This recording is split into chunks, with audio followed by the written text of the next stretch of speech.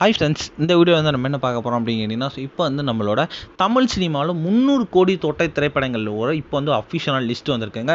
இந்த லிஸ்ட்டில் வந்து நம்ம ரசிகர்கள் எதிர்பார்க்காத திரைப்படங்கள் நிறைய திரைப்படங்கள் இருக்குது அப்படின்ட்டு இப்போ ஒரு நியூஸ் கிடச்சிருக்கு.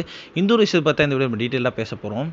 ஸோ தமிழ் சினிமாவில் பாக்ஸ் ஆஃபீஸ் நாயகர்களாலே வந்து கண்டிப்பாக வந்து நம்மளோட தமிழ் சினிமா ஹையஸ்ட்டாக 300 கோடி தொட்டவங்க லிஸ்ட்டில் நம்மளோட ரஜினி மற்றும் தளபதி விஜய் மட்டும்தான் இருக்காங்க. இவங்களோட திரைப்படம் மட்டும்தான் வந்து மாறி மாறி வந்து வசூல் வேட்டையில் வந்து அள்ளிட்டு இருந்துச்சு. ஸோ 300 கோடியில் அசால்ட்டாக வந்து இவங்க 2 பேர் திரைப்படமும் அடிச்சிருச்சு. ஆனால் இப்போ வந்து நிறைய திரைப்படம் வந்து 300 கோடி வந்திருக்குங்க. ஸோ லேட்டஸ்ட்டாக நிறைய திரைப்படம் வந்திருக்கு.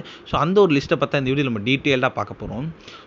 ஸோ அந்த லிஸ்ட்டில் வந்து நம்மளோட சூப்பர் ஸ்டாரோட திரைப்படங்கள் எந்தெந்த திரைப்படங்கள் 300 கோடி மேலே போச்சு அப்படின்ட்டு அந்த லிஸ்ட்டில் வந்து நம்மளோட எந்திரன் திரைப்படம் தான் எப்பவுமே ஃபஸ்ட்டில் இருக்குது. ஸோ அந்த திரைப்படம் வந்து அப்பயே வந்து 300 கோடிக்கு மேலே வந்து கலெக்ஷன் செஞ்சிச்சு.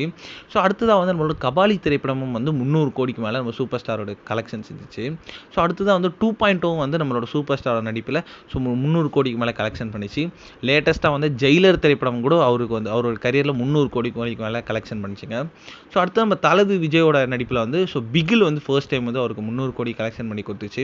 அடுத்தது வந்து வாரிசு திரைப்படமும் வந்து 300 கோடி கலெக்ட் பண்ணிச்சு. ஸோ லியோவும் 300 கோடிக்கு மேலே கலெக்ட் பண்ணிச்சு. அண்ட் லேட்டஸ்ட்டாக வந்து நம்மளோட கோட் திரைப்படமும் 300 கோடிக்கு மேலே கலெக்ட் பண்ணிச்சு. ஸோ நம்ம உலகநாயகன் கமல் நடிப்பில் வந்து ஸோ ஒரே ஒரு திரைப்படம் மட்டும்தான் 300 கோடிக்கு மேலே போச்சு. அது வந்து விக்ரம் திரைப்படம் மட்டும்தான்.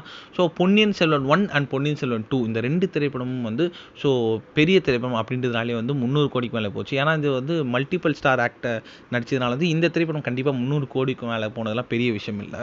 அடுத்ததாக லேட்டஸ்ட்டாக நம்ம சிவகார்த்திகேயன் நடிப்பில் அமரன் திரைப்படம் கூட 300 கோடிக்கு மேலே போச்சுங்க. இது வந்து அவரோட கரியரோட பெஸ்ட் அப்படின்னு சொல்லலாம். ஸோ இத்தனை திரைப்படங்கள் வந்து நம்ம தமிழ் சினிமாவில் 300 கோடிக்கு மேலே போனது செம்ம பெரிய விஷயம். ஸோ இனி வரும் காலகட்டத்தில் நிறைய திரைப்படங்கள் 300 கோடிக்கு மேலே 500 கோடிக்கு மேலே போகணும் அப்படின்னா வந்து ரசிகர்கள் செம்ம வளர்ந்த ஒரு விஷயத்துக்கு காத்துட்டு இருக்காங்க.